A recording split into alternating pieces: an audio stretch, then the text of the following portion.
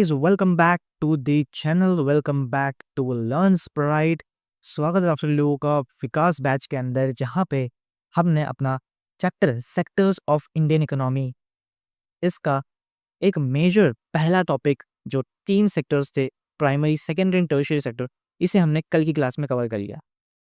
तो हम कल की क्लास में इस टॉपिक को कवर कर जा चुके हैं और आज हम लोग एक नया टॉपिक स्टार्ट करने वाले हैं जिसका नाम है कंपेयरिंग द 3 सेक्टर्स। मतलब कि अब हम लोगों ने जो 3 सेक्टर्स पढ़ के आए हैं ना, उन तीनों सेक्टर्स को हम लोग कंपेयर करने वाले हैं।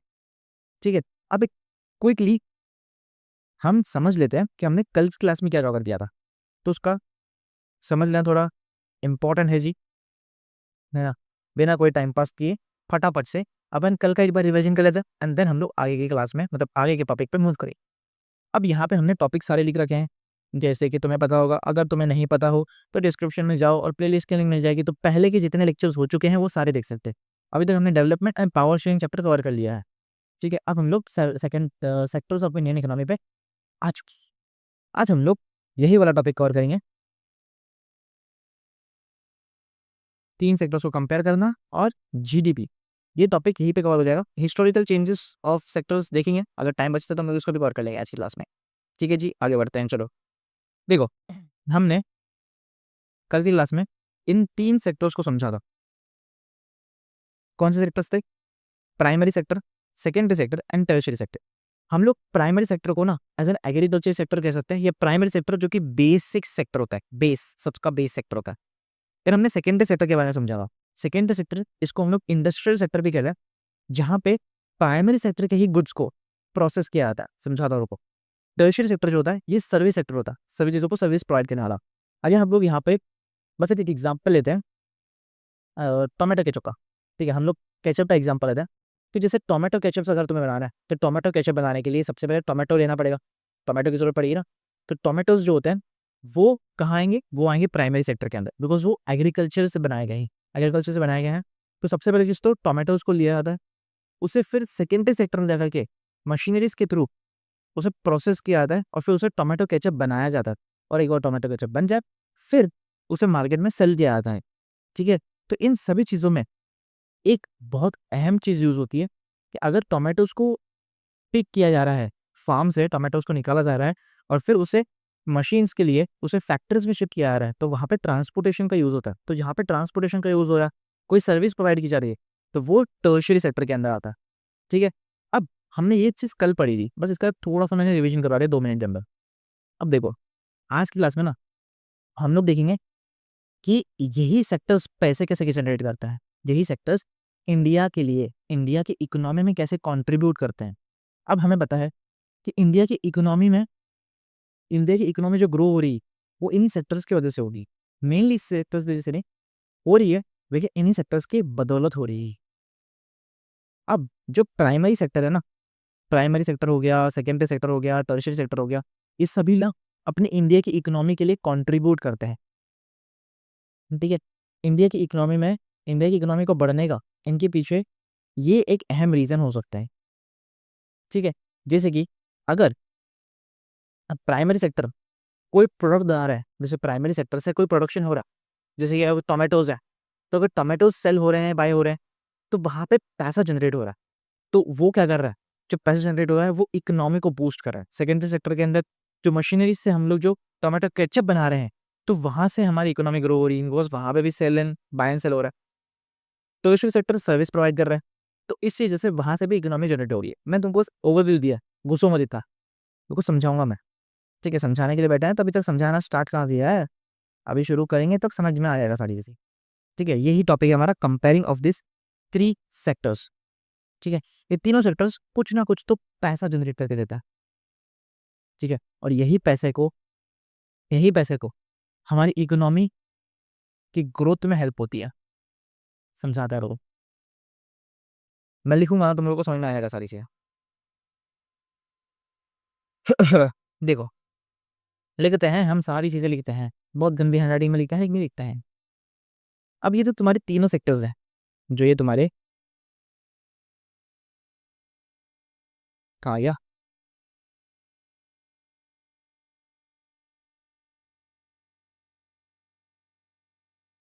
एक सेकंड। ये तुम्हारे तीनों सेक्टर्स हैं। अब ये तीनों सेक्टर्स ना तुम्हारी इकोनॉमी में कंट्रीब्यूट कर रहे हैं, ठीक है। अब देखिए, प्राइमरी सेक्टर है, सेकेंडरी सेक्टर है, टर्शियरी सेक्टर, यहाँ से कोई ना कोई पैसा आ रहा है। प्राइमरी सेक्टर से पैसा कमा रही है कंट्री, सेकेंडरी सेक्टर से पैसा कमा रही है कंट्री, टर्शियरी सेक्टर से पैसा कमा रही है। तो जो पैसा कमाया जा रहा है ना, ये अल्टीमेटली हमारी इकोनॉमी को बूस्ट कर रहा है। मतलब कि अगर प्राइमरी सेक्टर से ज़्यादा पैसा कमाया जाएगा, टर्शियरी सेक्टर से ज़्यादा पैसा कमाया जाएगा, सेकेंडरी सेक्टर से ज़्यादा पैसा कमाया जाएगा, तो अल्टीमेटली हमारी इकोनॉमी ही बूस्ट हो, इससे हमारी इकोनॉमी ही बढ़ेगी, इकोनॉमी ही आगे बढ़ेगी। तो बस यहाँ पे क्या हो रहा है, गुड्स का प्रोडक्शन हो रहा है। ये बुक का हमने एग्जाम्पल देखा था, ये बुक बन रही है। अब ये बुक बन रही है तो ये बुक मार्केट में आके सेल हो रही है, तो बाय एंड सेल हो रहा है, ठीक है। प्रोडक्शन हो रहा है, गुड्स बन रहे हैं, गुड्स मार्केट में सेल हो रहे हैं, तो अल्टीमेटली हमारी कंट्री की इकोनॉमी, कंट्री का पैसा, कंट्री की जीडीपी यही इंक्रीज हो रही है। जीडीपी क्या होती है समझेंगे, ठीक है। अब बेसिकली मैं तुम लोगों को इसके लिए ना दो यहाँ पे कंसेप्ट समझाना चाहता हूँ, समझा दूंगा फटाफट से, बहुत ईजी है, आराम से समझ लेना। देखो, हम लोग को जीडीपी समझना पड़ेगा इस चीज़ के लिए। जीडीपी हम लोग आगे समझने वाले हैं, लेकिन अभी के लिए ना हमें ये समझना पड़ेगा कि प्राइमरी, सेकेंडरी एंड टर्शियरी ये लोग पैसा जनरेट करते हैं, ठीक है। ये लोग पैसा जनरेट करते हैं दो तरीकों से, एक होता है इंटरमीडिएट गुड्स और एक होता है फाइनल गुड्स, ठीक है। अब इसके लिए एग्जाम्पल से समझते हैं हम लोग, तो ज़्यादा अच्छे तरीके से समझ में आएगा, ठीक है। अब जैसे अगर हम लोग बिस्किट का एग्जाम्पल है, बिकॉज हमारी एनसीईआरटी में वही एग्जाम्पल लिए बिस्किट का, तो अगर हम लोग बिस्किट का एग्जाम्पल लेते हैं, biscuit biscuit biscuit, boss biscuit,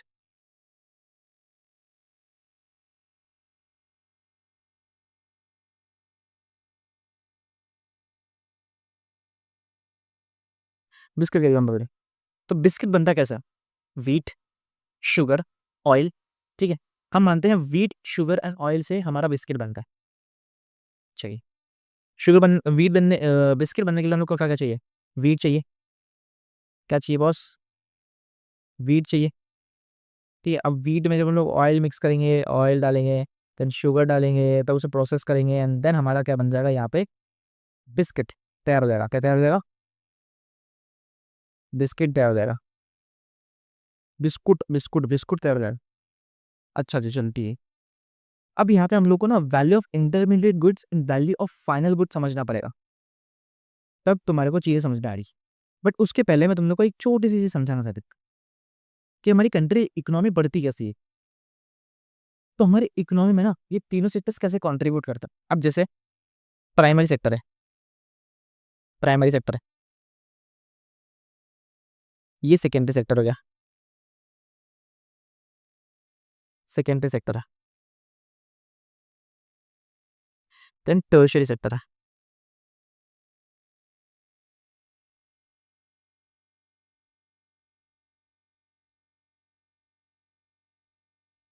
ठीक है।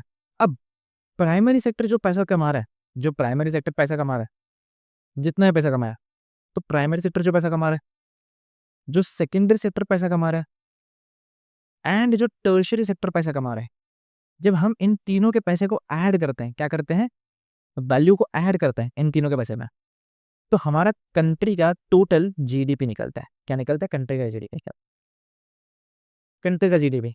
और जितना ज़्यादा ये पैसा बढ़ेगा, जितना ज़्यादा ये पैसा बढ़ेगा, उतना हमारा कंट्री का जीडीपी भी ऑलमोस्ट बढ़ेगा। ऑफ कोर्स, अगर प्राइमरी सेक्टर एग्जांपल के लिए मान लो, प्राइमरी सेक्टर ने 100 रुपये कमाए, सेकेंडरी सेक्टर ने 100 रुपये कमाए, टर्शियरी सेक्टर ने 100 रुपये कमाए, तो कंट्री की जीडीपी कितने से बढ़ी, 300 रुपये से बढ़ गई। कितनी हो गई, 300 हो गई। वहीं पे अगर प्राइमरी सेक्टर 200 रुपये कमा रहा है, सेकेंडरी सेक्टर 100 रुपये कमा रहा है, टर्शियरी सेक्टर 100 रुपये कमा रहा है, कितने हो गए, 400 रुपये हो गए। तो जीडीपी कितने से बढ़ गई, 400 रुपये से बढ़ गई, समझना। लेकिन यहाँ पे ना दो इनकम्स अर्न होती है, अर्न होती है, जो एक होती है intermediate consumption, value of intermediate goods and value of final goods. अब क्या होती है, लेकिन हम लोग को जीडीपी के लिए वैल्यू ऑफ फाइनल गुड्स का इस्तेमाल करना पड़ता, वैल्यू ऑफ फाइनल गुड्स का इस्तेमाल करना होता। तो ये होती क्या, होती क्या है, होती क्या है, होती क्या है, उसे समझना पड़ेगा। आ जाओ जी, आ जाओ जी, आ जाओ जी। जैसे हमने बिस्कुट का एग्जाम्पल लिया, बिस्कुट बिस्कुट, हमने हमने बिस्कुट का एग्जाम्पल लिया। हाँ, बिस्कुट बनाने के लिए हम लोग को लगता है वीट, हमको लगता है वीट, हमको लगता है ऑयल, हमको लगता है शुगर। अब एक बिस्किट की प्राइस कैसे निकाली जाती है? अब अगर हम मार्केट में आ रहे हैं तो हम लोग को बिस्किट 10 रुपए का, 20 रुपए का, 30 रुपए का, 50 रुपए का मिलता है। तो ये बिस्किट की जो प्राइस होती है उसे निकाला कैसे आता? उससे निकाला कैसे आता? अगर कोई बिजनेसमैन, अगर कोई बिजनेस वाला, अगर कोई धंधे वाला किसी बिस्किट बना रहा है और उसे मार्केट में बेचना है, तो वो लॉस पे तो बेचेगा नहीं, वो प्रॉफिट पे बेचेगा। सबसे पहले तो वो ये कैलकुलेट करेगा कि उसको उस बिस्किट को बनाने के लिए कितनी कॉस्ट आ रही है, उसको वो बिस्किट को बनाने के लिए कितना पैसा लग रहा है, और फिर उसके अंदर वो कुछ अमाउंट अपना खुद का ऐड करेगा, जो उसका प्रॉफिट होगा, एंड देन उसे जाके फिर वो मार्केट में बेच देगा। ठीक है, इसी तरीके से बिजनेस होता है, इसी तरीके से बिजनेस होता है, हम जानते हैं। डन है, वेल एम्पोर्टेड, ठीक। अब लेट्स सपोज उसको बिस्किट की प्राइस निकालनी है, तो बिस्किट की प्राइस निकालने के लिए हम लोग क्या करते हैं, जो बिस्किट बनाने के लिए तीनों प्रोडक्ट यूज हुए हैं, इन तीनों की पहले कॉस्ट निकालो कि इन तीनों की कॉस्ट कितनी आई, फिर उसे ऐड करो और अपना प्रॉफिट ऐड करके फिर बिस्किट की वैल्यू निकालो। तो लेट्स सपोज वीट जो है वो वीट जो है 20 रुपीज का आया। इमेजिन करते हैं वीट 20 रुपीज का है, 20 रुपीज नहीं, चलो 2 रुपीज मानते हैं। वीट जो है वो 5 रुपीज का है, सपोज वीट 5 रुपीज का, वीट हमें लग गया 5 रुपीज का, वीट 5 रुपीज का लग गया। ऑयल हमको 3 रुपए का लग गया, 3 रुपए का ऑयल लग गया। कितने का लग गया? 3 रुपए का। और शुगर लेट्स सपोज हम लोग को 2 रुपए की लग गई, तो इतना लगा कितना हम लोगों को? 10 रुपए। टोटल कॉस्ट कितने? 10 रुपए। बट क्या हम लोग बिस्किट की प्राइस 10 रुपए रखते हैं? नहीं, उसके अंदर 5 रुपए हम लोग प्रॉफिट ऐड कर देते हैं। तो हमने 5 रुपए का प्लस प्लस प्लस प्लस दोस्त प्लस प्लस 5 रुपीज बिस्किट के अंदर हमने प्रॉफिट ऐड कर दिए। तो बिस्किट की प्राइस कितनी हो गई? बिस्किट की प्राइस हो गई ₹50। कितनी हुई? ₹15। वेरी गुड है, वेरी गुड है। कितनी हो गई? 15 रुपए। अच्छा, अब यहाँ पे वैल्यू ऑफ इंटरमीडिएट गुड्स कौन से हैं and value of final goods कौन सा है?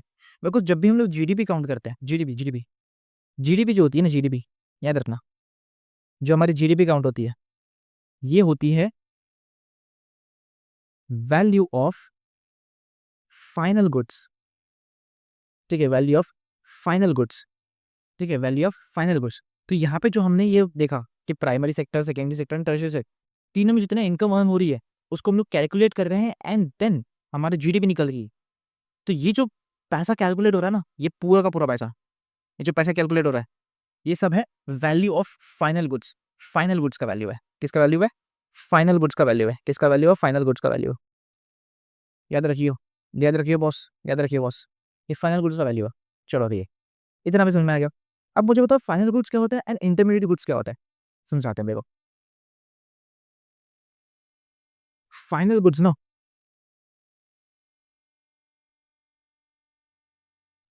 फाइनल गुड्स ना वो होते हैं जो फाइनली बन गए, मतलब जो एंड में हमको कंज्यूमर को सेल करना है। क्या तुमको वीट को एंड कंज्यूमर को सेल करना है? क्या एक बिस्किट कंपनी वीट कंज्यूमर को सेल करेगी, ऑयल कंज्यूमर को सेल करेगी, या शुगर कंज्यूमर को सेल करेगी? नहीं, वो इन सबको मिक्स करके बनाएगी बिस्किट एंड देन वो बिस्किट को कंज्यूमर को सेल करेगी। तो बिस्किट क्या हुआ? Biscuit is the end product जो कंज्यूमर के हाथों में जा रहा है, जो कंज्यूमर खरीद रहा है।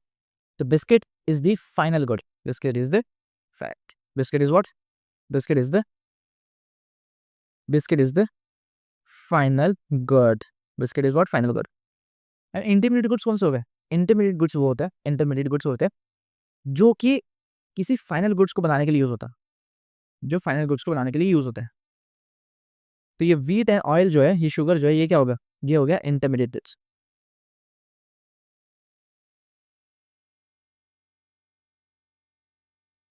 ये हो गए इंटरमीडिएट गुड्स। चलो जी, ठीक है, ठीक है, ठीक है, ठीक है। अब मुझे बताओ कि फाइनल गुड्स ही क्यों यूज होता है, इंटरमीडिएट गुड्स क्यों नहीं यूज होता? बिकॉज देखो, इंटरमीडिएट गुड्स की वैल्यू ना हम लोग जीडीपी में इसलिए काउंट नहीं करते कभी भी, बिकॉज वो पहले ही फाइनल गुड्स के अंदर ऐड होके आती है। अरे बॉस, मैंने तुम लोग को एग्जाम्पल लिया यार, क्या कर रहे हो तुम लोग? फाइनल गुड्स है बिस्किट, ठीक है। अगर हम लोग यहाँ पे बिस्किट की वैल्यू अलग से काउंट करेंगे, है ना, फाइनल गुड्स की वैल्यू अलग से काउंट करेंगे जीडीपी के लिए, एंड इंटरमीडिएट गुड्स की वैल्यू अलग से काउंट करेंगे जीडीपी के लिए, तो डबल काउंटिंग नहीं हो जाएगी? क्योंकि व्हीट का पैसा, ऑयल का पैसा और शुगर का पैसा जो 5 रुपए, 3 रुपए, 2 रुपए था, ये ही मिला करके तो हमारा बिस्किट के अंदर ऐड है। जो बिस्किट के 15 रुपए हमने निकाले हैं, इस 15 रुपए के अंदर 10 रुपए तो इन ही इंटरमीडिएट गुड्स के हैं, बाकी 5 रुपए का तो प्रॉफिट है। समझ में आया? समझ में आया? जो फाइनल गुड्स हैं, फाइनल गुड्स, जो फाइनल गुड्स बनते हैं, ये फाइनल गुड्स के अंदर पहले से ही इंटरमीडिएट गुड्स की वैल्यू एडेड होती है। इंटरमीडिएट गुड्स की वैल्यू ऐड होती है। इन बिस्किट्स के अंदर, ये फाइनल गुड्स जो बिस्किट्स हैं, इनके अंदर ये इंटरमीडिएट गुड्स की जो 10 रुपए की वैल्यू है ना, वो एडेड है और इसी वजह से उसकी वैल्यू 15 रुपए हो चुकी है। बिकॉज उसकी वैल्यू, इंटरमीडिएट गुड्स की वैल्यू 10 रुपए थी, 5 रुपए हमने अपनी तरफ से प्रॉफिट लगाया एंड देन जाकर के इसकी वैल्यू 15 रुपए पहुंची है। मतलब कि फाइनल गुड्स के अंदर इंटरमीडिएट गुड्स की वैल्यू ऑलरेडी होती है और अगर उसकी वैल्यू ऑलरेडी होती है तो हमें उसे वापस काउंट करने की जरूरत क्या है? इसीलिए हम लोग सिर्फ और सिर्फ फाइनल गुड्स की वैल्यू ऐड करते हैं, हम इन की वैल्यू को ऐड नहीं करते जीडीपी के अंदर। इस वजह से GDP is what? It is a value of final goods, it is the value of only and only the final goods. Point समझ में आया? पॉइंट समझ में आया? चलो ठीक है। अब देखो, ये जो तुमको यहाँ पे दिया हुआ है ना एनसीईआरटी के अंदर, ये पढ़ लेगा, क्योंकि इतना कुछ खास है नहीं है, जो मैं तुमको समझाया वही है। हम सीधे जीडीपी वाले कंसेप्ट पे चलता, बिकॉज वो इंपॉर्टेंट है। अच्छा, जीडीपी, जीडीपी क्या कहती है? The value of the final goods and services which is produce in the each sector. अच्छा, अब ईच सेक्टर की बात जो हमने तुमको यहाँ पे समझाई, ईच सेक्टर के अंदर प्राइमरी, सेकेंडरी, टर्शरी, जो हर एक सेक्टर है, हर एक सेक्टर के अंदर जो उनकी फाइनल गुड्स की वैल्यू है उसको हम लोग ऐड करते हैं एंड वही हमारी क्या होती है? जीडीपी होती है। जीडीपी होती है। ठीक है जी, ठीक है जी। तो तुम लोग को जो समझाना था मेरे को कि इंटरमीडिएट गुड्स क्या होते हैं, फाइनल गुड्स क्या होते हैं, मैं तुमको समझा दिया। इन दोनों की वैल्यू क्या होती है वो समझा दिए। ठीक है, अब जीडीपी क्या होती है वो समझा दिया। अब जीडीपी के अंदर फाइनल गुड्स की वैल्यू ही क्यों आती है वो भी समझा दिया। तो बेसिकली यही चीज थी इसके अंदर। चलो ठीक है। Each sectors in a particular year provides a total production of the sectors of that years, and sum of the production in the different sectors gives the value which is called as gross domestic product, GDP. GDP की value. It is a value of all the final goods and services is produced within the country during the particular year. GDP shows how big the economy is. मतलब जैसे जैसे अगर sectors के अंदर हमारी sectors की value बढ़ी, ठीक है, सेक्टर्स हमारे अगर पैसा ज़्यादा कंट्रीब्यूट करें, जिस तुम लोगों में बताया, उसी तरीके से हमारी जीडीपी बढ़ती है। समझ में आया जी? समझ में आया जी? तो यही था तुम्हारी जीडीपी की वैल्यू, जीडीपी की बात है। देन है, चलो ठीक है। अब देखो, इंडिया के अंदर, इंडिया के अंदर हमारी प्यारी भारत देश, हमारे भारत देश, भारत के अंदर, इंडिया के अंदर, क्या मुझे बताओगे इंडिया के अंदर जीडीपी काउंट कौन करता है? इंडिया के अंदर जीडीपी को काउंट कौन करता है?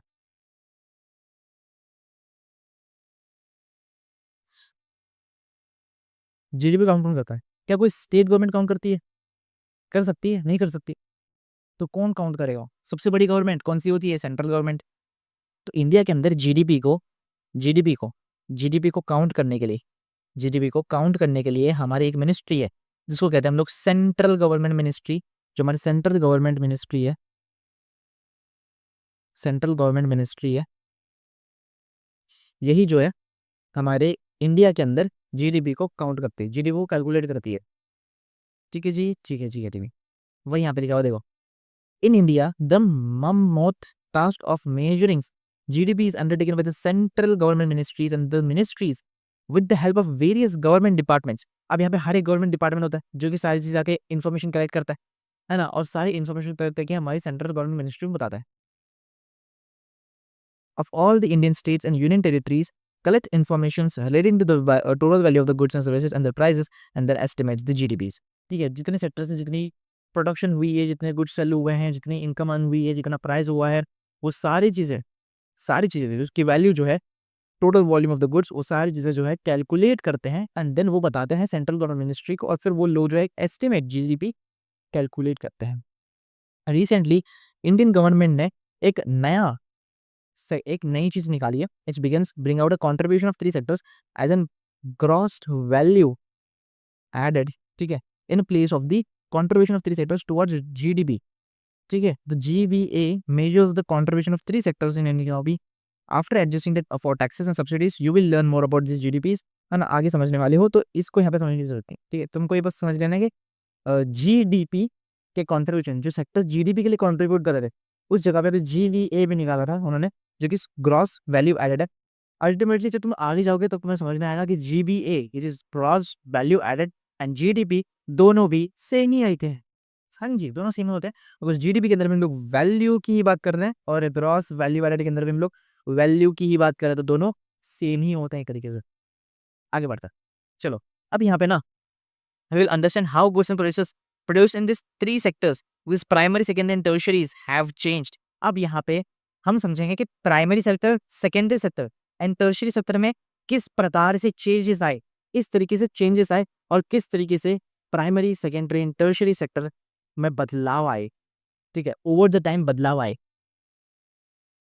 किस तरीके से प्राइमरी सेक्टर से उठ करके लोग सेकेंडरी सेक्टर में आने लग गए, ठीक है। प्राइमरी सेक्टर सबसे पहला ऐसा सेक्टर था जो कंट्री में सबसे ज़्यादा तरीके से वास्टली फैला हुआ था और सबसे ज़्यादा लोग प्राइमरी सेक्टर में ही काम किया करते थे। बट किस तरीके से लोग अब प्राइमरी सेक्टर से हटके सेकेंडरी सेक्टर में आए और किस तरीके से टर्शियरी सेक्टर जो सर्विस सेक्टर था वो हमारी कंट्री का सबसे बड़ा सेक्टर बन गया, सबसे ज़्यादा इनकम जनरेट करने वाला सेक्टर बन गया टर्शियरी सेक्टर। किस तरीके से बढ़ा और क्यों बना, ये सब चीज़ें हम लोग हिस्टोरी के चैनल्स के अंदर पढ़ने वाले हैं।